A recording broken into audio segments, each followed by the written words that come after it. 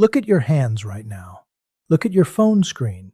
How many hours this week have you spent watching someone else live their life?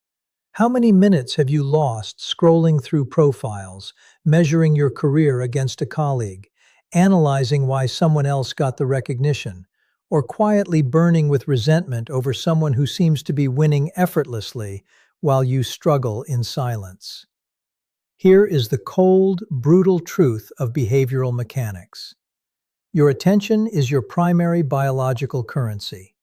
Every single time you focus on another human being, their progress, their mistakes, their lifestyle, or their opinions, you are making a conscious deposit into their baseline while bankrupting your own. You are running a subconscious script that tells your nervous system, their reality is more important, more engaging, and more worthy of my energy than my own. And in that exact instant, you surrender your authority. You didn't lose your focus because you lacked discipline. You lost it because you built a habit of social surveillance. You have trained your brain to be an audience member in everyone else's movie while your own life script lies completely unwritten on the floor. You wonder why you feel perpetually dissatisfied, anxious, and stuck in place. It's because you are attempting to build a high-performance life using whatever leftover, exhausted cognitive crumbs remain after you've spent all day evaluating others. If you walk away right now, you will continue paying that psychological tax every single day. You will keep scrolling, keep comparing, and keep watching inferior performers lap you simply because they kept their eyes on their own lane while you were busy looking at theirs. I am about to reveal the exact neurological mechanism that makes tracking others a form of self-sabotage.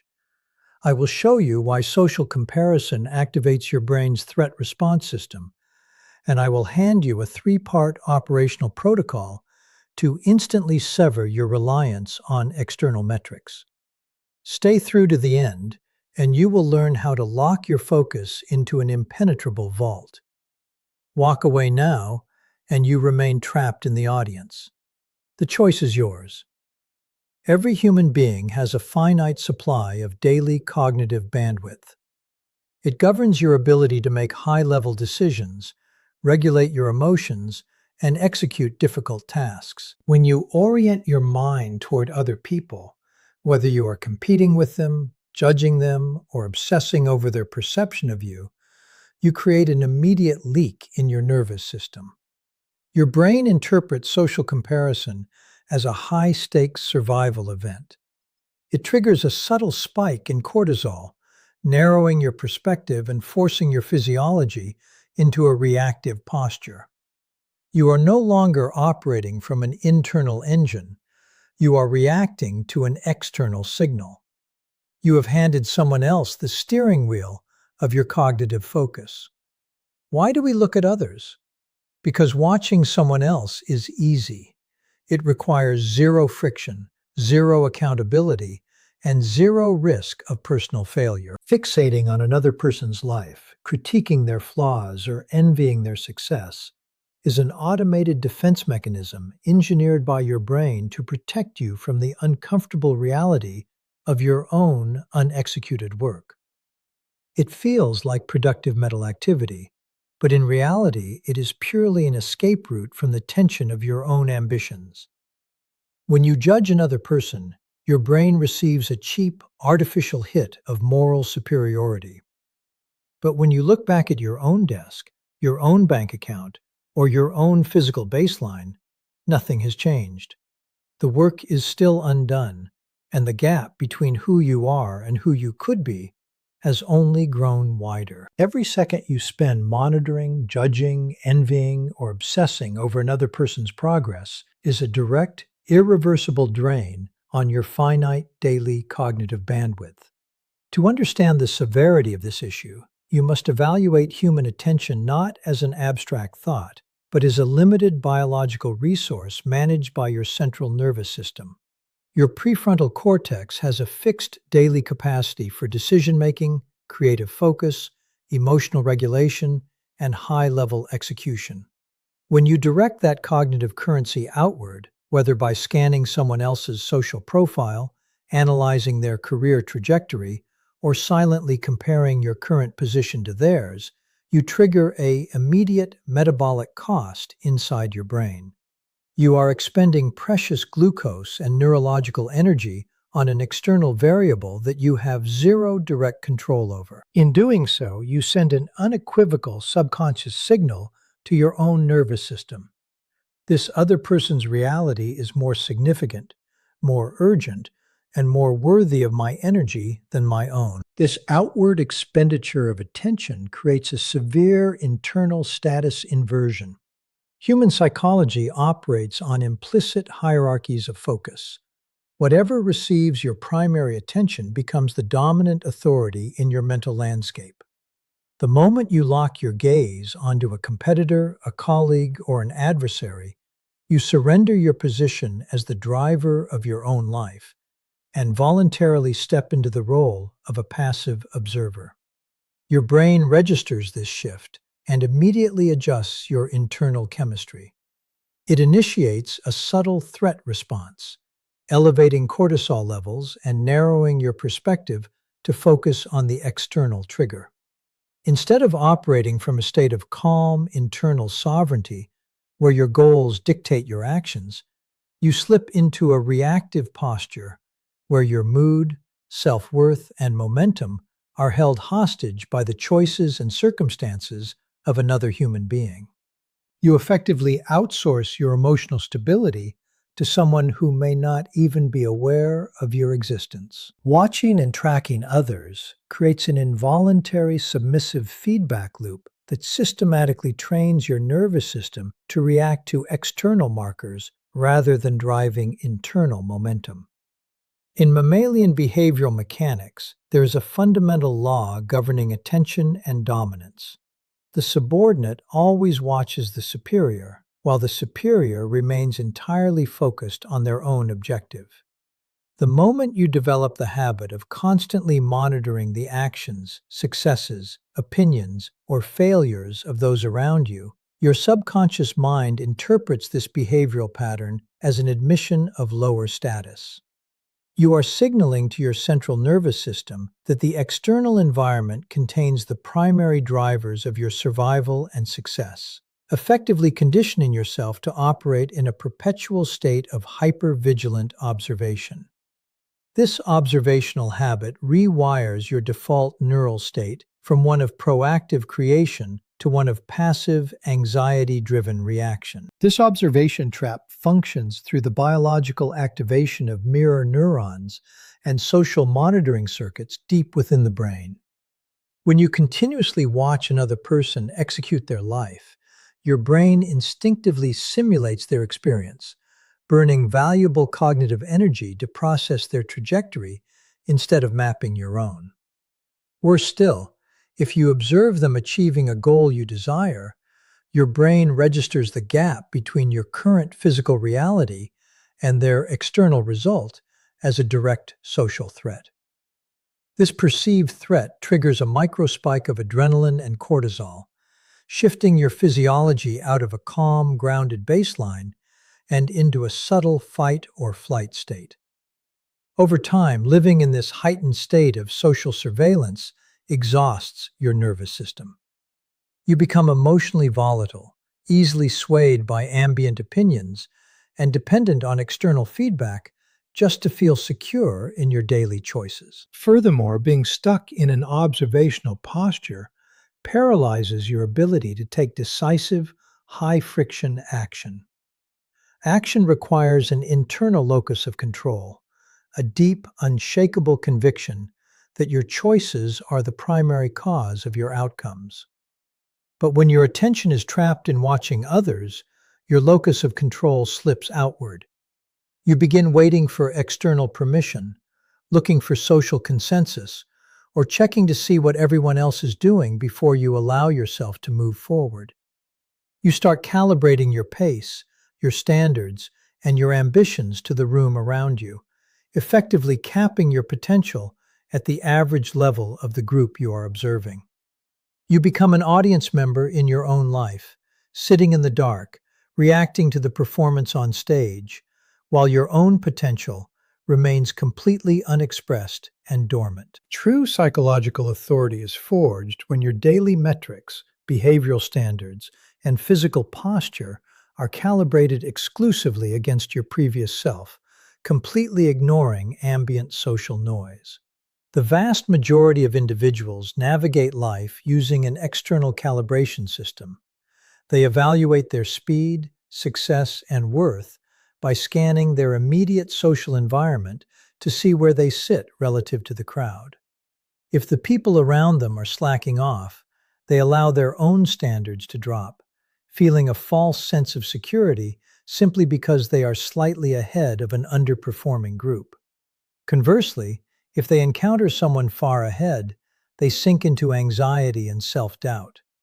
This external dependency makes your internal state completely volatile, fluctuating wildly based on the arbitrary performance of whoever happens to occupy your field of view. Establishing a micro-baseline of self-reference is the radical act of severing these external anchors and anchoring your standards entirely within your own unyielding control. When you transition to an internal baseline, you construct a closed-loop system of personal feedback.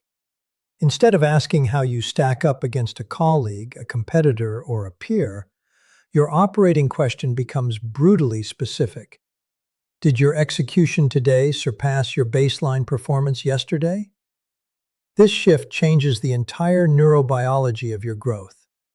When you measure yourself against an external target, your brain is forced to navigate a chaotic maze of unknown variables, incomplete information, and shifting conditions, which inevitably generates cognitive friction and self-doubt.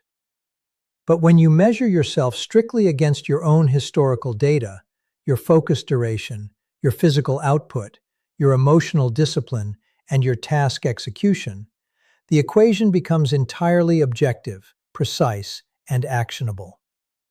You strip away the emotional drama of comparison and replace it with a clean, mathematical process of continuous, incremental optimization. This internal micro-baseline manifests directly in your nonverbal physiology, projecting an undeniable aura of unshakable confidence.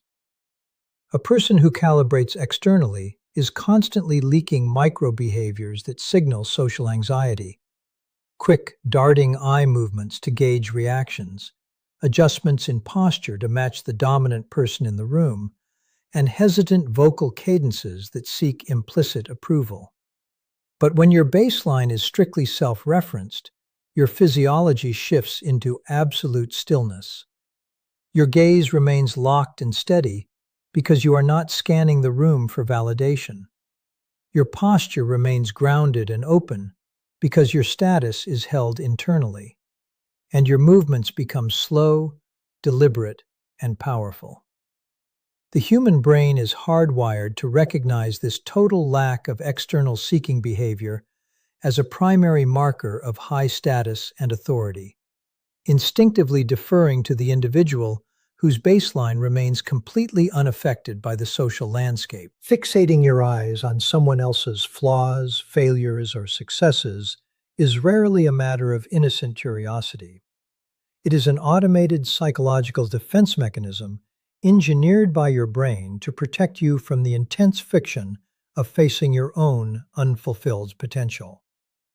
Human nature seeks the path of least resistance, and nothing provides a more seductive, effortless escape from the quiet dread of your own unexecuted work than directing your mental spotlight onto another person's reality. When you look closely at your own life, you are forced to confront the uncomfortable gap between your stated ambitions and your actual daily output. You are forced to feel the weight of your undone tasks, your compromised standards, and your unachieved goals. Because facing this internal reality generates immediate emotional discomfort and cognitive friction, your brain instinctively seeks an external relief valve, and social surveillance provides the ultimate psychological bribe. When you direct your focus outward to analyze, critique, or track someone else, Your brain tricks you into feeling as though you are engaging in meaningful, high-level processing. If you focus on their flaws or missteps, your ego receives a quick, artificial surge of moral or intellectual superiority without requiring you to do a single shred of actual work. You get to feel superior from the safety of the sidelines. Conversely, if you fixate on their achievements with envy or resentment, you give yourself a convenient, built-in excuse for your own lack of progress. You tell yourself that they have unfair advantages, better timing, or luck, effectively framing your own stagnation as a tragic, unavoidable consequence of external factors rather than a direct result of your own choices. In both cases, watching others serves as a sophisticated form of procrastination that numb the pain of your own inaction while preserving your fragile self-image. This coping mechanism creates a dangerous psychological trap that actively reinforces the very mediocrity you are trying to escape. Every time you allow your attention to drift towards someone else's life, to soothe your own internal discomfort, you strengthen the neural pathway that connects discomfort with distraction. You train your nervous system to flee from internal friction rather than pushing through it to produce real, tangible results. Over time, this behavioral pattern degrades your tolerance for deep focus and high-stakes effort. You become hooked on the low-grade dopamine hits that come from judging, comparing, and observing, while the actual muscle of personal execution quietly atrophies. The dirty secret of social surveillance is that it changes nothing about your underlying reality. After the temporary satisfaction of judgment or the bitter thrill of envy fades, the undone work, the stagnant career, and the unfulfilled potential are still sitting right there waiting for you. Breaking free from this subconscious trap requires you to recognize social tracking for what it truly is: a coward's escape from personal accountability. The next time you feel the compelling urge to inspect someone else's trajectory, critique their choices, or obsess over their standing, you must instantly pause and perform a brutal internal audit. Ask yourself what specific piece of internal friction, what unexecuted task, or what personal inadequacy you are actively trying to avoid by looking outward. Recognize the urge as a high-stakes warning light, signaling that your attention has been compromised by fear or fatigue. Refuse to give your brain the cheap escape it demands. Force your eyes off the spectator screen, turn your spotlight back onto your own desk, and channel that restless energy directly into the difficult, high-friction execution required to close the gap between who you are and who you know you are capable of becoming. Absolute mastery requires engineering an environment where external inputs are systematically filtered out, leaving you with zero distractions from your core mission. Most individuals live in spaces, both physical and digital, that are deliberately engineered by outside forces to capture, manipulate, and monetize their attention. Every notification, ambient conversation, algorithmic recommendation, and open browser tab acts as an open invitation for your focus to drift toward another person's performance. Relying on sheer mental fortitude to ignore these constant environmental pulls is an operational failure, because fighting an environment designed for distraction continuously drains the finite cognitive energy you need for execution. To maintain unbroken focus on your own trajectory, you must stop treating your environment as a static backdrop and start engineering it as a high-security isolation chamber designed to keep ambient social noise out and keep your primary mission in sharp, unyielding focus. Designing a radical focus architecture begins with an aggressive, uncompromising purge of your digital workspace. The digital realm is the primary vector through which social comparison, surveillance, and external validation enter your nervous system. You must systematically dismantle the digital pipelines that feed you updates about other people's lives, opinions, and achievements. Unfollow, mute, or block accounts that trigger the urge to compare or evaluate. Turn off every single non-essential notification so that your devices become passive tools that only respond when you initiate an action, rather than loud instruments demanding your immediate attention. Strip your home screens down to the bare essentials required for work, and use site blockers to make accessing social feeds or media outlets logistically difficult during deep focus windows. By building high friction around the act of tracking others, you give your prefrontal cortex time to step in and stop the impulsive desire for external distraction before it takes root. Your physical environment demands the exact same level of deliberate, high-authority engineering. The physical space you occupy communicates direct, constant signals to your central nervous system, dictating your posture, energy, and cognitive baseline. If your workspace faces a busy room, a high-traffic area, or a screen filled with ambient activity, your optical system will continually register those micro-movements, triggering micro-shifts in your focus and pulling your mind into an observational state. Position your desk to face a wall or a controlled, low-stimulation view. Use noise-canceling technology or ambient brown noise to create a sonic barrier that isolates your hearing from surrounding conversations, opinions, or drama. Keep your physical desk strictly clear of clutter and visual noise, leaving only the tools immediately necessary for the task at hand, so your brain has zero competing visual inputs vying for its processing power. When your focus architecture is built with absolute precision, the habit of tracking and monitoring others simply collapses under the weight of its own physical impossibility. You no longer need to spend emotional energy trying to resist the urge to look at what everyone else is doing, because you have built a world where those inputs cannot reach you. Your mind is freed from the burden of perpetual social surveillance, allowing your entire cognitive spectrum to condense into a laser-like beam focused exclusively on your own work. You create a quiet, high-friction sanctuary where deep work, self-directed discipline, and unbroken progress become your natural operating state, guaranteeing that your attention remains completely anchored in your own domain.